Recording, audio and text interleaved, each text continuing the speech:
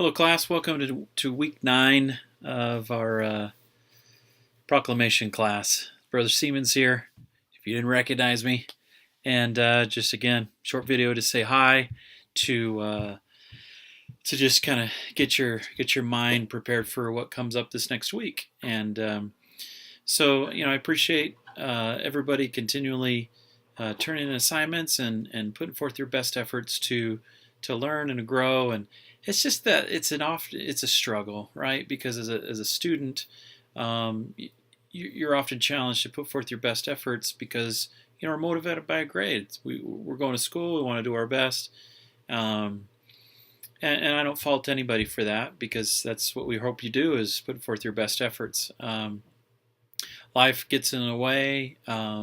We're super busy. There's so many other things that we do. Again, this is a common theme that I bring up. If you just permit me just to give you one little gem, if our motivation is learning, if our motivation is to try to understand, God's will in regards to our family, now this is easier to understand with the religion class, but if that's your motivation to get it, to understand, when life starts to crowd out your time and takes away those moments where you'd like to be able to spend more time on your assignments, if your motivation is more than grade, then typically it'll carry you through. It'll carry you through the rough spots, and you'll continue to be able to turn in good grades and put the time in and study because that's your motivation, is you want to learn. So just whatever it's worth, consider it. I do want to just point out when I was thinking about what you guys have studied last week and this week, it's the end of the unit and you're going to be doing your case study. It just reminded me of about a month before the end of the school year, one of the kids just raised their hand in seminary and said, Brother Siemens, why don't you have a question box? And I'm like, because you guys always ask questions anyway. It just never really entered my mind. The environment of the class was just so open that kids were asking questions, and we'd try to figure things out together and acquire the proper spiritual knowledge. But they said, hey, can we do that? And so I was like, oh, okay, sure. So I just quickly, cut some papers, handed them all out, and I just said, what, if you have a question, let's just write it down. I'll take it, I'll put it in my suit coat pocket, and then, we can come back and we can talk about it.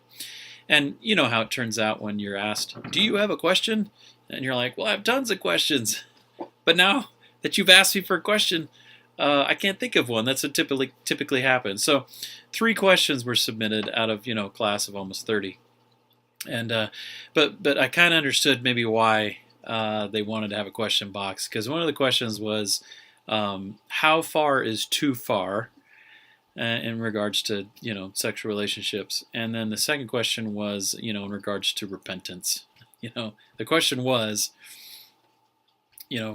what if you don't feel guilty about what you've done? And so I was like, oh man, this is not good. We've got some students that